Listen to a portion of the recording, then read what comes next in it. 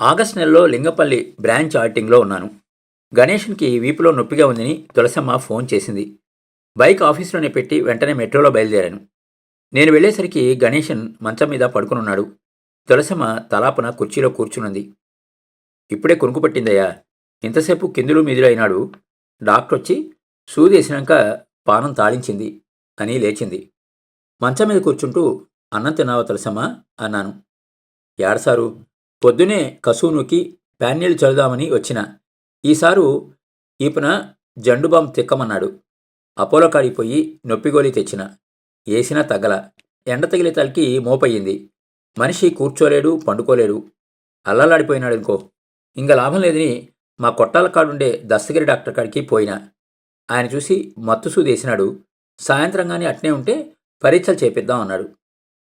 గణేషను మూలిగి అటుపక్కకి తిరిగి పడుకున్నాడు. అన్నం తినరమ్మని తులసమ్మని పంపించేశాను. ఫ్యాన్ నెమ్మదిగా తిరుగుతున్నది. గాలి కంటే శబ్దమే ఎక్కువ దానికి. గణేషన్ మొహం వడిలిపోయింది. నొప్పి తాలూకు వాడు 10. ఏదో ప్రమాదం ఉందని ఒక పక్క మనసు చెబుతున్నది. అతని భార్యకు తెలియజేయడం మేలు అని అనిపించింది. స్పృహలోకి వస్తే ముందు ఆ పనే చేయాలనుకున్నాను. అతని ఎడమ చేతిని నా అరచేతిలోకి తీసుకుని ప్రశాంతంగా నిద్రిస్తున్న ఆ మొహంలోకి చూశాను. శాపగ్రస్తులైన ఇటువంటి మనుషులు తొందరగా దాటుకోవడం మేలు అని అనిపించింది. ఎంత దుర్మార్గమైన ఆలోచన! చీచి అని నన్ను నేను తిట్టుకున్నాను. మంచానికి దగ్గరగా కుర్చీ జరుపుకుని కూర్చున్నాను.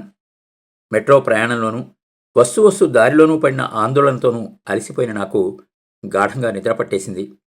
తులసమ్మ వచ్చి లేపితేనే మెడకు వచ్చింది. అరగంటలో వచ్చేస్తాను. సార్ నిద్రలేస్తే ఈ బన్ను పాలతో తినిపించు అని చెప్పి ఇంటికి బయలుదేరాను. దారిలో నాయరికి కూడా విషయం చెప్పాను. ఇంట్లో ఎప్పుడూ ఒక 50,000 ఎమర్జెన్సీ ఖర్చులకి దాచిపెట్టడం రాధ అలవాటు. మిగతా అవసరాలు ఎన్నున్నా వాటిని మాత్రం వాడం. అమ్మ ఉన్నప్పటి నుంచి ఇది పాటిస్తున్నాం. ఎందుకైనా మంచిదని ఆ డబ్బు తీసుకుని తిరిగి వచ్చేసరికి గణేషన్ కుర్చీలో కూర్చున్నాడు. ఎదురుగా నాయర్. నన్ను చూడగానే నీరసంగా నవ్వి, కంగారు పెట్టానా? మాట బలహీనంగా ఉంది. మధ్యరాత్రి దాటాక మొదలైంది వీపులో పోటు. రాత్రి నిద్రలో ఏమైనా అడ్డదిడ్డంగా పడుకున్నానేమో, ఏమో పట్టేసి ఉంటుంది. ఓర్చుకున్నంత వరకు ఉన్నాను. మాత్ర కూడా పనిచేయలేదు. డాక్టర్ వచ్చి ఇంజెక్షన్ ఇచ్చినాక ఇప్పుడే నిద్ర పట్టింది. గుండె సమస్య ఉండొచ్చా? నాయరు సందేహపడ్డాడు. నాకేమీ అలా అనిపించలేదు. చెమటలు లేవు, ఛాతీ నొప్పి లేదు, చెయ్యి తిప్పులు లేవు. నెల కింద తీసిన ఈసీజీ రిపోర్ట్ బాగానే ఉంది. అంతకుముందు కూడా చెప్పాడు. చూద్దాం. సాయంత్రం కామినీనిలో అపాయింట్మెంట్ తీసుకుంటాను. టెస్ట్ చేయించడమే మేలు. గణేషన్ వైపు చూశాను. ఏమవసరం? బానే ఉన్నానుగా అన్నాడు. నాయరు కసురుకున్నాడు. హెల్త్ ఇన్సూరెన్స్ ఉంది కదా, ఓసారి చూపిస్తే నీ సొమ్మేం పోయింది? మిగిలించి ఇంకా ఎవరి పెట్టాలి? కటువైన ఆ మాటకి నాకే బాధేసింది. అతను ఎప్పట్లాగే మౌనమైపోయాడు. మేడంకి కూడా చెప్పడం మంచిదేమో సార్. ఇప్పుడే ఎందుకు రాజు? నువ్వన్నట్టు సాయంత్రం టెస్టులు చేశాక చెబుతాం కానీ అవసరమైతే అన్నాను. మాట ముగిస్తూ ఇబ్బందికరంగా కనిపించాడు. మా ఆఫీస్కి ఫోన్ చేసి అపోలో కార్డియాలజిస్ట్కి చెప్పించాను. ఆలస్యం చేయకుండా వెంటనే రమ్మన్నారు.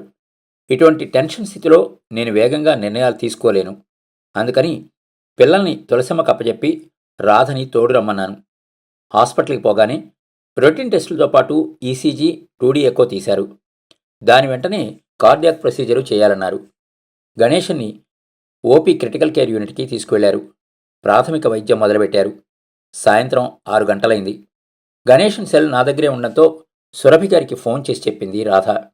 నేరుగా బస్సు దొరక్కపోతే కోయంబత్తూరు నుంచి బెంగళూరు వచ్చి రాత్రి బస్సు అందుకుంటానని చెప్పింది.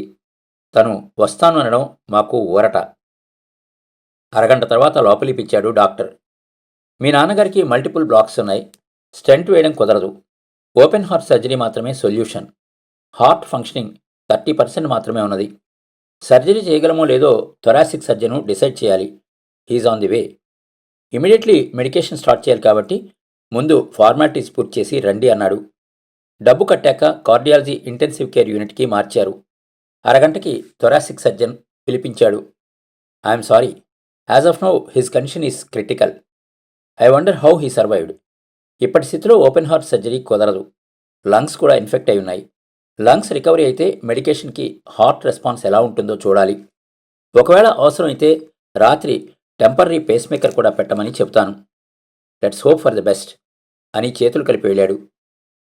రాధ కంటిన్యూగా సురభి గారికి అప్డేట్స్ ఇస్తూ ఉన్నది. డాక్టర్ రౌండ్స్ అయిపోయాక డిన్నర్ టైంలో కానీ లోపలికి పంపమన్నారు. రాధ ఇంటికి వెళ్ళిపోయింది. నేను విజిటర్స్ లౌంజ్లో కూర్చున్నాను. భోజనం టైంలో నన్ను లోపలికి వదిలారు. 50 మంది పేషెంట్లు ఉన్న పెద్ద హాల్లో ఒక మూల గణేషన్ మంచం. చుట్టూ దిగ్భ్రమతో చూస్తున్నాడు. నేను కనబడగానే నిశ్చింతపడ్డాడు.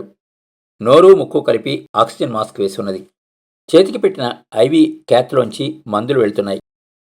ఏమైంది? వీళ్ళేమీ చెప్పడం లేదు. ప్రమాదం ఏమీ లేదు కదా? లేదు అన్నట్టు తల ఊపాను. ఇంటికి వెళ్ళిపోదాం అన్నాడు. లంగ్స్లో ఇన్ఫెక్షన్ ఉంది. 2 రోజులు మందులు పడితే పంపేస్తారు. 2 రోజులు ఉండాలా? అయిష్టంగా మొహం పెట్టాడు. అవును అని తలాడించాను. బెడ్ దగ్గరికి తిండి వచ్చింది. సిస్టర్ వచ్చి మాస్క్ తీసి తినిపించమని సైగ చేసింది. తను లేచి ప్లేట్ తీసుకోబోయాడు. పడుకునే ఉండాలి కసురుకుని చెప్పి తలాపుని పైకెత్తింది. కిచిడీనా నీరసంగా అన్నాడు. నవ్వుతూ, అవును మరి పెళ్లి భోజనం పెడతారు ఇక్కడ అన్నాను. ఎవరి పెళ్ళి? విచిత్రంగా అందంగా నవ్వాడు. ఒక స్పూన్ తినిపించాను. ఉప్పు లేదబ్బాయి నసిగాడు. ఇది మన ఇల్లు కాదు, ఆస్పత్రి. ఇంకేం మాట్లాడలేదు. సురభి గారిని రమ్మని చెప్పాను. ఇప్పుడెందుకు? 2 రోజుల్లో వెళ్ళిపోతాం కదా. మొహంలో మళ్ళీ అదే ఇబ్బంది. రాణి, మీ కూడా ఉండడానికి ఒక మనిషి కావాలి కదా. నాకే ఎందుకు వచ్చింది ఈ సమస్య? నిరాశగా అడిగాడు. ఎదురుగా ఉన్న అబ్బాయిని చూపించి, 30 ఏళ్ల వాడికి రాగాలేంది మీకు రావడంలో ఆశ్చర్యం ఉంది. నా మాట విని ఆ అబ్బాయి వైపు మొదట జాలిగా చూశాడు. తన వైపు తిరిగినప్పుడు నిండుగా నవ్వి చెయ్యి ఊపాడు. ఎంత నిండుగా అంటే నోరు పెదవులే కాదు, కళ్లతో సహా తన శరీరంలోని ప్రతి అవయవము నవ్వినంత నిండుగా. అన్నం తినడం అయిపోగానే నిద్రొస్తుంది పడుకుంటాను అన్నాడు. ఎడంవైపుకి తిరగాలని ప్రయత్నించి ఆగిపోయాడు. ఈ పక్కకి తిరిగి పడుకుంటే వీపు నొప్పి అని వెల్లకిలా తిరిగాడు. ఎంత అవసరం ఉన్నా మంచం దిగొద్దని, ఎడమ చెయ్యి పైకెత్తితే వార్డు బాయ్ కానీ సిస్టర్ కానీ వస్తారని జూనియర్ డాక్టర్ చెప్పాడు. కణతల మీద నొక్కుతూ నెమ్మదిగా తల ఒత్తుతున్నాను. హాయిగా అనిపించిందేమో. క్షణంలో నిద్రపోయాడు. విజిటింగ్ అవర్స్ అయిపోయాయి. అటెండెన్స్ వెళ్ళిపోండి హెడ్ సిస్టర్ గట్టిగా అనౌన్స్ చేస్తూ వచ్చింది. గణేష్ని తలనొక్కుతున్న నన్ను చూసి, నాన్న చక్కగా నిద్రపోతున్నాడు. ఆమె కళ్ళలో ఏదో తృప్తి. పోనీ నువ్వు కాసేపు ఉండిలే. దగ్గరగా వచ్చి నాకు మాత్రం వినపడేట్టు చెప్పింది. గంటకు పైగా అక్కడే ఉన్నాను. మధ్యలో కొద్దిగా నీళ్లు తాగి మళ్ళీ నిద్రపోయాడు. నేను విజిటర్స్ లాంచ్కి వెళ్ళి కుర్చీలో వాలాను. తెల్లవారి 4 గంటలప్పుడు వార్డు బాయ్ తట్టి లేపాడు. ఐసీయూకి రమ్మన్నాడు. అరగంట ముందు నిద్రలోనే మ్యాసివ్ అటాక్ వచ్చింది. సిబిఆర్ చేసి ఇంజెక్షన్ ఇచ్చాం. కొంతసేపు వెంటిలేటర్ మీద ఉంచుతాము. ప్రస్తుతం గుండె ఫంక్షనింగ్ ఉంది కానీ చాలా బలహీనంగా అని మానిటర్ వైపు చూపించాడు. బంధువులకు కూడా తెలియజేస్తే మంచిది. డ్యూటీ డాక్టర్ చెప్పిన చివరి మాటతో ఏం జరగనుందో తెలిసింది. అనేక భావాలను చూసిన గణేషన్ మొహం గుర్తుకొచ్చింది. వెనక్కి తిరిగి చూశాను. ఎన్నడూ లేనంత ప్రశాంతంగా ఉంది. బహుశా కోమాలోకి వెళ్ళుంటాడు. బయటకొచ్చి రాధకి ఫోన్ చేశాను.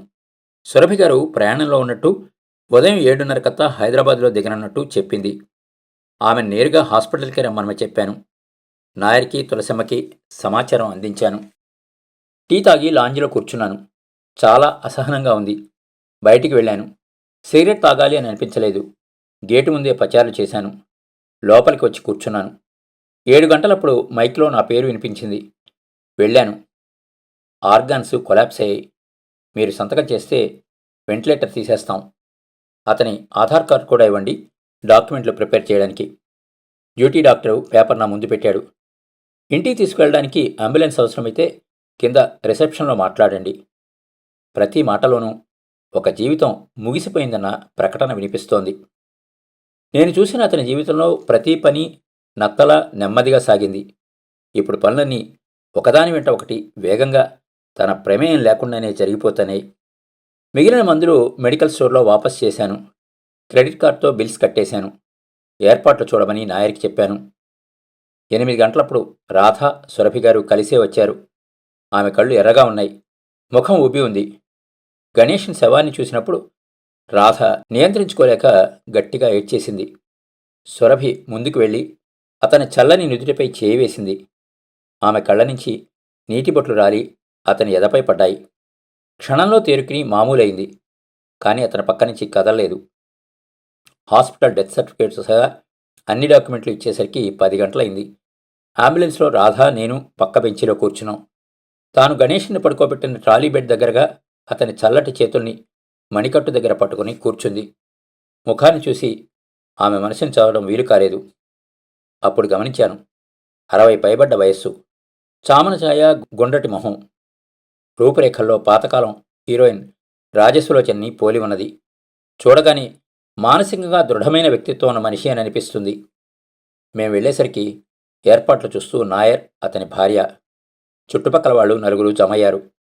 నేల మీద చాప, దానిపైన బొంతా పరిచి ఉంది. ఎండ తగలకుండా షామియానా, దాని నీడన కుర్చీలు వేశారు. శవాన్ని దించాక కాలనీ సెక్రటరీ వచ్చాడు. వైకుంఠరథానికి చెప్పారా అన్నాడు. ఇంతవరకు ఏమీ మాట్లాడుకోలేదు. దాన్ని లోపలికి తీసుకురమ్మని రాధకు సైగ చేశాను. దహనం వరకు ఇక్కడే జరిపించండి. అక్కడికి తీసుకెళ్లడము చేయడం రెండూ కష్టమే. మీకు మించిన దగ్గర వాళ్ళు తనకు లేరు. అభ్యంతరం లేకపోతే మీరే చేయండి. మా ఆచారం ప్రకారం దహనం చేయాలి. నా వైపు నుంచి వచ్చేవాళ్ళు ఎవరూ లేరు. అమ్మాయికి విషయం చెప్పాను. తనకి నెలలు, ఇప్పటికిప్పుడు రాలేదు అని వ్యాంటీ బ్యాగ్లోంచి 500 నోట్ల కట్ట తీసి నా చేతిలో పెట్టింది. కాలనీ సెక్రటరీకి విషయం చెప్పాను. ఆయన షాహిబ్ నగర్ శ్మశాన వాటికి ఫోన్ చేసి విషయం చెప్పాడు. పాడి కట్టేందుకు మనుషులు వచ్చారు. నాయర్కు చనువుగా ఉండే కొంతమంది కాలేజీ పిల్లలు కూడా వచ్చారు. వాళ్లే బైకుల మీద తిరుగుతూ అన్ని ఏర్పాట్లు చేస్తున్నారు. ఒకనాడు హోటల్ దగ్గర వాళ్ళు ఈసరించుకున్న కుక్క లేదు, దాని యజమాని లేడు. ఇప్పుడు వాళ్లే ఈ ఏర్పాట్లు చేస్తూ ఉండడం విచిత్రం. మంచంలో కష్టపడకుండా పోయాడు పుణ్యాత్ముడు, పక్కింటి ఆంటీ అన్నది. ఎన్నైనా చెప్పు, ఇంత వయసులో ఒంటరిగా ఉండకూడదమ్మా, ఒక ముసలావిడ సూచన. ఈ కాలంలో ఏమీ ఆశించకూడదు. కొడుకులు కూతుళ్ళు ఉన్నా హాయిగా వృద్ధాశ్రమంలో ఉండడం మంచిది. మరెవరిదో జవాబు. ఇక్కడ బంగళాలు కట్టిస్తున్నాం గాని వాళ్ళేమైనా ఉండబోతారా ఇక్కడికొచ్చి? ఒక వృద్ధుడి నిరాశ. కొడుకుల్ని డబ్బుగానో బంగళాలుగానో చూసుకోవాల్సిందే మనం. తెల్లబట్టల సెక్రటేరియట్ గుమాస్తా. వీళ్ళందరూ ప్రతి సాయంకాలం వివేకానంద పార్కులో సమావేశమవుతారు. గుండ్రంగా కూర్చుని ఆవకాయ నుంచి అమెరికా వరకు మాట్లాడుకుంటారు. రాత్రి 8:30కో ఇంటికి పోతారు, గంపడెంత నిరాశని నెత్తిన మోసుకుని. నెలభోజనం కేటరర్ తెచ్చిపెట్టిన చల్లారిన 2 చపాతీలు తిని బీపీ షుగర్ మాత్రలు వేసుకుని నిద్రపోతారు. మళ్ళీ రేపటి సాయంత్రం కోసం ఎదురుచూస్తూ. ఎన్జీఓ కాలనీ రిటైర్డ్ ఉద్యోగులు వాళ్ళు. యవనంలో కొత్తగా ఉద్యోగంలో చేరి ఇక్కడ స్థిరపడ్డారు. మధ్యతరగతికి ఉండే ఆశలతో పిల్లలను శ్రద్ధగా చదివించుకున్నారు. వాళ్ళు ఇంజనీరింగ్ అయ్యాక అమెరికా పోయి అక్కడే స్థిరపడ్డారు. పిల్లలు పంపే డబ్బుతో వీళ్ళు పాత ఇళ్లను కూలగొట్టి కొత్త బంగ్లాలు కట్టిస్తున్నారు. దగ్గరుండి కట్టించడం కోసం ఈ వయసులో వాళ్ళు తీసుకునే శ్రమ అంతా ఇంతా కాదు. కట్టిస్తున్న భవనాల కోసమైనా పిల్లలు తిరిగి వస్తారన్న ఒకే ఒక ఆశ వాళ్లను బతికిస్తుంది. గణేశన్ ఎన్నడూ ఈ బ్యాచ్తో కలిసేవాడు కాదు. ఎందుకో. మీరు స్నానం చేసొస్తే కార్యక్రమం మొదలు పెడదాం. సెక్రటరీ హెచ్చరికతో నా ఆలోచనలు తెగిపోయాయి. నీళ్లు పోసి స్నానం చేయిస్తున్నప్పుడు ఆ రోజు నాతో మనసు విప్పి మాట్లాడడానికి ముందు తాజాగా స్నానం చేసి వచ్చిన గణేష్నే గుర్తొచ్చాడు. కళ్ళు తడిశాయి. నీటి పరకు ఆవల అతని మొహం మసకగా అగుపించింది. చెంపలను తడిమాను. రథం బయలుదేరింది. నిప్పు పట్టుకుని నేనే ముందు నడిచాను. సురభి తాను వస్తానని బయలుదేరింది. ఆడవాళ్లు శ్మశానానికి వెళ్లరాదని నలుగురు ఆపేశారు. ఇంటికొచ్చేసరికి మధ్యాహ్నం 3 గంటలు. తులసమ్మ, సురభి ఇల్లు సర్ది శుభ్రం చేసి ఉంచారు. నాయర్ భార్య అన్నాలు తెచ్చిపెట్టింది. శ్మశానానికి వచ్చిన వాళ్ల చావింట్లో తినకుండా పోకూడదు కాబట్టి అందరూ ఇంటికొచ్చి తిని వెళ్ళిపోయారు. బొంతలేని నవారు మంచం, ప్రేమరాహిత్యంతో తల్లడిల్లిన ఒక మనిషి నడయాడిన ఇల్లు బోసిపోయాయి. మాటలు కరువైన ఆ ముంగిట్లో రాధ, నేను, సురభి మిగిలాం. 2 నెలల క్రితం ఫోన్ చేసినప్పుడు మీ కుటుంబం గురించి చెప్పాడు. అతని జీవితంలో ఆనందకరమైన రోజులు మీరు పరిచయమైన ఈ చివరి దినాలే. లోగొత్తుకతో వచ్చిన ఆ మాట నన్ను రాధని ఆశ్చర్యపరిచింది. ఫోన్ చేశాడా? అవును. 6 నెలలుగా అప్పుడప్పుడు తను గాని నేను గాని ఫోన్ చేసి మాట్లాడుకుంటున్నాం. చాలా క్యాజువల్గా చెప్పింది. మరీ సంతోషం అనిపిస్తేనో మరీ దుఃఖంగా ఉంటేనో తనే చేసేవాడు. అంతెందుకు, పిల్లలతో పాటు తన్ని పిక్నిక్ తీసుకెళ్లిన విశేషాలు కూడా చెప్పాడు. ఇది గణేశన్ మా నుంచి దాచిన విషయం. 3వ రోజు వరకు ఇక్కడే ఉంటాను. అస్థికలు తెచ్చివ్వండి. మిగతా మా ఆచారం ప్రకారం అక్కడ చేయిస్తాను. ఇక్కడ ఉన్న వంట సామాన్లు పని మనిషికి ఇచ్చేయండి. అభ్యంతరం లేకపోతే పుస్తకాలు మీరే తీసుకోండి అని ఆగిపోయింది. మీ స్నేహానికి గుర్తవ్వి తల వంచుకున్నప్పుడు ఆమె కళ్ళలో నీళ్లు. రాత్రి ఒక్కరే ఇక్కడ ఉన్న కష్టం, మాతో ఇంటికి రండి. అవన్నీ పూర్తయ్యే వరకు మాతోనే ఉండాలి. రాధ మాటలను తుంచేస్తూ, ఎందుకమ్మా, ఇన్ని రోజులు తండ్రిలాగా తన్ని చూసుకున్నారు, అది చాలు. ఇప్పటికే మీకు చాలా రుణపడి ఉన్నాను. మాకు ఏ ఇబ్బంది లేదు. ఇది ఉండగలిగిన వాతావరణం కూడా కాదు. మీరు మా వెంట వస్తున్నారమ్మా, స్థిరంగా పలికాను. రాధ ఆమె బ్యాగ్ తీసుకుని బయలుదేరింది. పిల్లలు స్కూల్ నుంచి వచ్చేంత వరకు నిద్రపోయాం. రాగానే పిల్లల్ని దగ్గరికి తీసుకుంది. స్కూల్ టీచర్లో ఉండే ఒక ఆకర్షణ ఆమెలో ఉన్నది. పిల్లల అటెన్షన్ని ఎంతగా డ్రైవ్ చేసిందంటే, రాత్రికి అమ్మమ్మే అన్నం తినిపించాలని, అమ్మమ్మ దగ్గరే పడుకుంటామని ప్రకటించేశారు. ఆకలి లేదని తను ఏమీ తినలేదు. ఒక అరటిపండు తిని పిల్లల్ని తీసుకెళ్ళింది. నేను రాధ అన్నం తిని బయట కార్ పార్కింగ్ ఏరియాలో కుర్చీలేసుకుని కూర్చున్నాం. పిల్లలు నిద్రపోయాక తను కూడా వచ్చి మాతో కూర్చుంది. రాధ వైపు తిరిగి, నిన్న మీరు ఫోన్ చేసినప్పటి నుంచి నా మనసులో లేదు. బహుశా నేను కర్నూలులో తనతోనే ఉంటే ఇంకొంతకాలం బతికేవాడేమో. పశ్చాత్తాప భారాన్ని మోస్తూ ఆమె మాటలు. బంధువులు కాదు, మా కులము కాదు, మీతో ఇంతగా కలిసిపోయేంత చనువు బావకి ఎందుకు ఏర్పడింది? మనల్ని అర్థం చేసుకోవడం, మనుషుల్ని అర్థం చేసుకోవడం ఎంత కష్టం కదూ. ఇన్నాళ్ల సహచర్యంలో ఆ చనువు నాతో ఎందుకు ఏర్పడలేదు? ఎదురుగా ఉన్న తమలపాకు తీగని చూస్తూ మాట్లాడుతూ ఉన్నా నిజానికి ఆమె మనసు అక్కడ లేదు. మా నాన్నది స్టీల్ వ్యాపారం. తమిళనాడులో మద్రాస్ తర్వాత కోయంబత్తూరే బిజినెస్ సెంటర్. నాది కాన్వెంట్ చదువు. వారంలో 2 సార్లైనా పెద్ద హోటల్లో తిండి తినేవాళ్ళం. ఇంటి అలంకరణ నుంచి బట్టల వరకు ఆధునికంగా ఏది కనిపించినా మా ఇంట్లో ఉండాల్సిందే. మా అమ్మ చేతిలో డబ్బు గలగల్లాడేది, నీళ్లలాగా చేతుల్లోంచి జారిపోయేది. ఆ ఆస్తిపాస్తులన్నీ మా నాన్న స్వయం కృషి, మా ఆలోచనలు, పెంపకం అంతా పై తరగతి. మా బంధువుల్లో ఎవరూ ఆడపిల్లని చదివించింది లేదు. కానీ మా నాన్న నన్ను బిఏ చదివించాడు. అమ్మ మా ఇంటి విలాసాలకు ఖర్చు పెట్టేది కానీ బంధువులను చేరదీసేది కాదు. ఎవ్వరికీ పెట్టిపోతలు జరిపింది కాదు. పైగా నోరు పెద్దది. మా చిన్నప్పుడు అత్తావాళ్లు మా ఇంటికి రావడానికి జంకేవాళ్ళు. పేదరికంలో ఉన్నారు కాబట్టి డబ్బు ఆస్తి వస్తారని అని అనుకునేది. వచ్చిన వాళ్ళు 2 రోజుల్లో వెళ్ళిపోయేలాగా ప్రవర్తించేది. అంతెందుకు, తన పుట్టింటి వాళ్ళని కూడా అలాగే దూరం పెట్టింది. ఆమె స్వభావమే అంత. అలా ఉండడమే సరైందని నాకు నచ్చచెప్పేది. ఒక డాక్టర్నో బ్యాంక్ ఉద్యోగినో అల్లుడుగా తెచ్చుకోవాలని ఆమె కోరిక. మా కులంలో డాక్టర్లు దొరకలేదు. అప్పట్లో బ్యాంక్ ఉద్యోగం అంటే డాక్టర్లంత క్రేజ్ ఉండేది. మా బావకి బ్యాంక్ ఉద్యోగం వచ్చాక ఆమె ధోరణి మారింది. పనిగట్టుకుని మా నాన్నను ఒప్పించి అత్తతో మాట్లాడించింది. నేను కాపురానికి వచ్చినప్పుడు పెళ్లి మీద ఏ అభిప్రాయం లేని వయస్సు నాది. ఆహార అలవాట్ల నుంచి ప్రతి ఒక్కటి మాకు వ్యతిరేకమే. వీళ్ళది దరిద్రాన్ని అనుభవించిన కుటుంబం కాబట్టి పొదుపే జీవిత పరమావధి. 20 రూపాయలు పెట్టి ఒక మనిషి బయట టిఫిన్ చేసే బదులు ఆ డబ్బుకు ఇంకో 10 చేర్చి పిండి నూనె కొంటే ఇంటిలిపాది కడుపు నిండా పూరీలు తినొచ్చు కదా. ఇది వీళ్ళ ఆలోచన. అడుగడుగునా పల్లెతత్వం. ఇవన్నీ ఒక ఎత్తైతే, బావకి నాకు అభిరుచుల్లో చెప్పలేనంత అంతరం. మంచి మనిషి, ఎవరినీ నొప్పించే మనస్తత్వం కాదు. కానీ లోకం తీరు తెలీదు. పూర్తిగా వెనుకబాటుతనం. పుట్టినరోజు కూడా గుర్తుండదు తనకి. ఏదైనా అడిగితేనే చేసేవాడు. ఒక్కోసారి ఈ మనిషికి నా మీద ప్రేమ ఉందా లేదా అని అనుమానం కలిగేది. పెళ్లి రోజుకి చీర కొనివ్వమని నేనే అడగాలి. ఆ ఆలోచన తనకి రాదు. ఎందుకంటే సంవత్సరంలో ఒకసారి మాత్రమే పెద్ద పండక్కి బట్టలు తీసుకునే పద్ధతి వాళ్ళది. సినిమాల్లోలాగా రొమాంటిక్గా ఊహించుకున్న జీవితం మోస్ట్ అన్రొమాంటిక్ అయిపోయిందని విపరీతమైన అసహనం, ఉక్రోషం ఉండేవి నాకు. ఆఫీస్ నుంచి వచ్చాక అన్నం అయ్యేలోపు మాట్లాడిన మాటలే మాటలు. ఆ తర్వాత ఏదో పుస్తకంలో మునిగిపోయాడు. తను కథలు రాస్తాడని అప్పుడే తెలిసింది. ఎవరికూ లేని ప్రత్యేకత నా భర్తలో ఉందన్న ఫీలింగ్ కొంతకాలం నా అసహనాన్ని అణిచేసింది. ఇవన్నీ చిన్న విషయాలు, సర్దుకోగలిగినవి అని అంటుంది లోకం. కానీ ఆ క్షణాన రేగిన ఉక్రోషం నిప్పయి నన్ను దహించేది. ఈ వయసులో నాకు దాచుకునే రహస్యాలు ఏమీ లేవు. మీ ఇద్దరికీ చెప్పుకుంటే బావకి సంజాషి చెప్పుకున్నట్టే అని మనసు చెప్తున్నది. బావ కలవడానికి వచ్చినప్పుడు నాకు తెలియకుండానే శరీరం బిగుసుకుపోయేది. విపరీతమైన నొప్పి. మరుసటి రోజు జ్వరం వచ్చేది. పాప పుట్టేంత వరకు బయటపడకుండా ఎలాగోలాగా భరించాను. ఆ తర్వాత నా వల్ల కాలేదు. ఒకసారి మరీ ఒత్తిడి పెట్టినప్పుడు నేరుగా చెప్పేశాను. నేను చేసిన పెద్ద తప్పది. అతను గాయపడ్డాడు. ఆ తర్వాత మళ్ళీ నా ఒంటి మీద చేయి వేస్తే ఒట్టు. ఏనాడైనా అనారోగ్యం వలనో, మనసు బాగోలేకనో, శారీరక కలిగిన తిరస్కరిస్తే కొట్టే భర్తల గురించి విన్నాను. అనుమానించి అవమానించే వాళ్ళని నా కొలీగ్స్ చెప్పేవాళ్ళు. ఆ విషయంలో మా బావ బంగారం.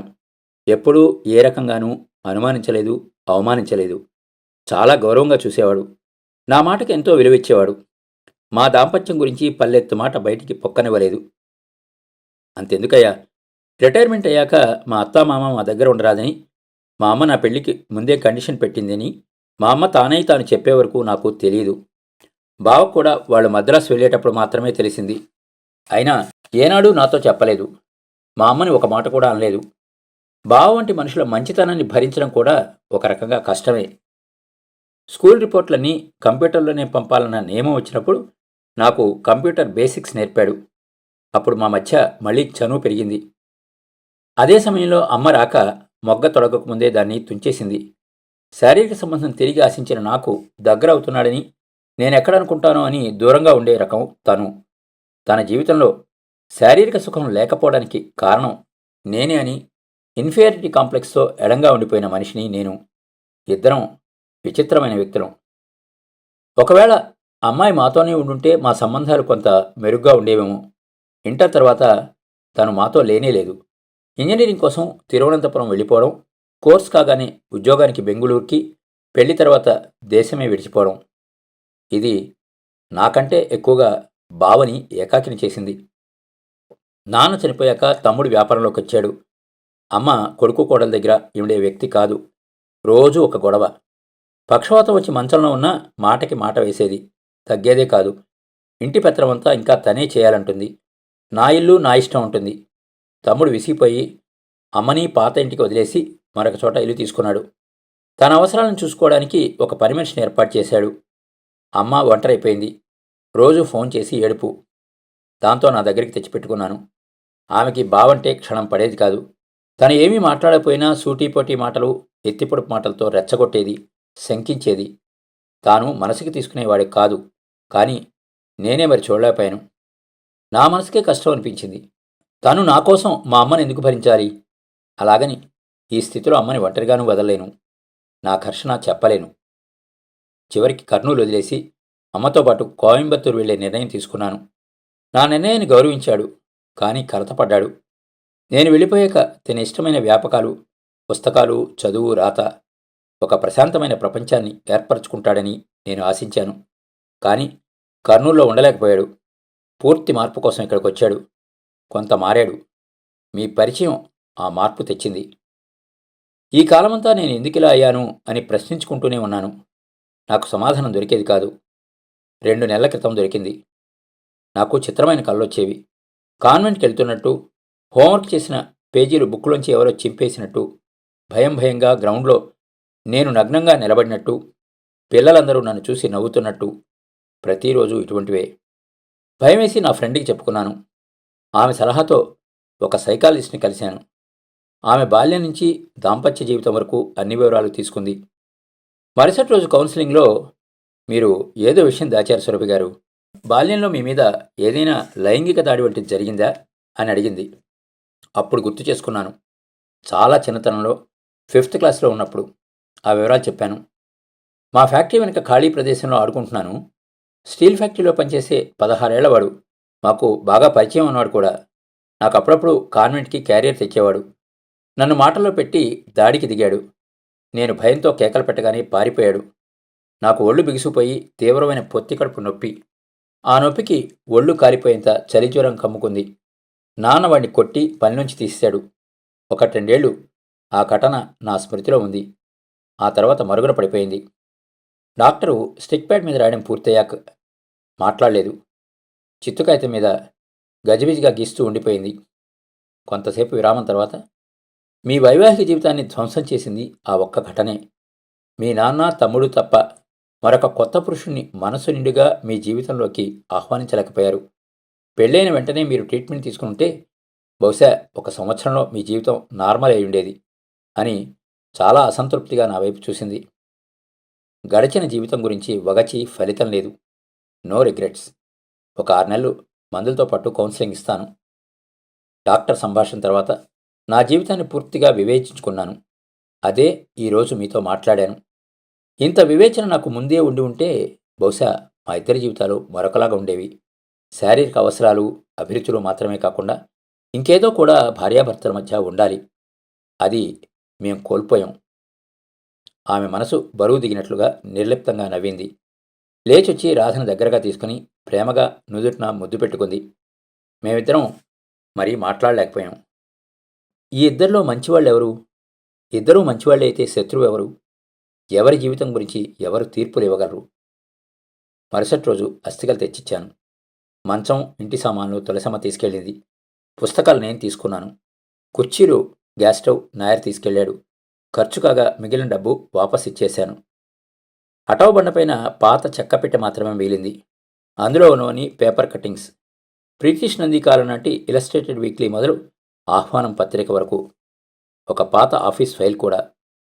4 కథల జిరాక్స్ కాపీలు ముక్కపట్టి విరిగిపోయే దశలో ఉన్నాయి.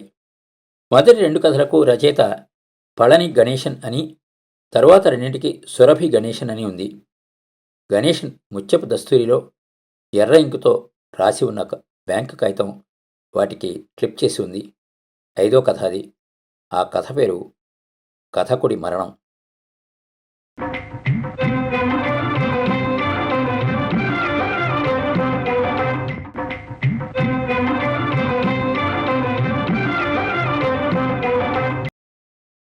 విన్నారు కదండి. ఈ కథ తిరస్కృతుల గొంతు డాస్టోవెస్కీకి ప్రేమతో అంకితం చేశారు రచయిత. మరో మంచి కథతో మళ్ళీ కలుద్దాం. అంతవరకు సెలవు. మీ కొప్పర్తి రాంబాబు, విశ్రాంతి ఉద్యోగి, ఇండియన్ బ్యాంక్, విజయవాడ.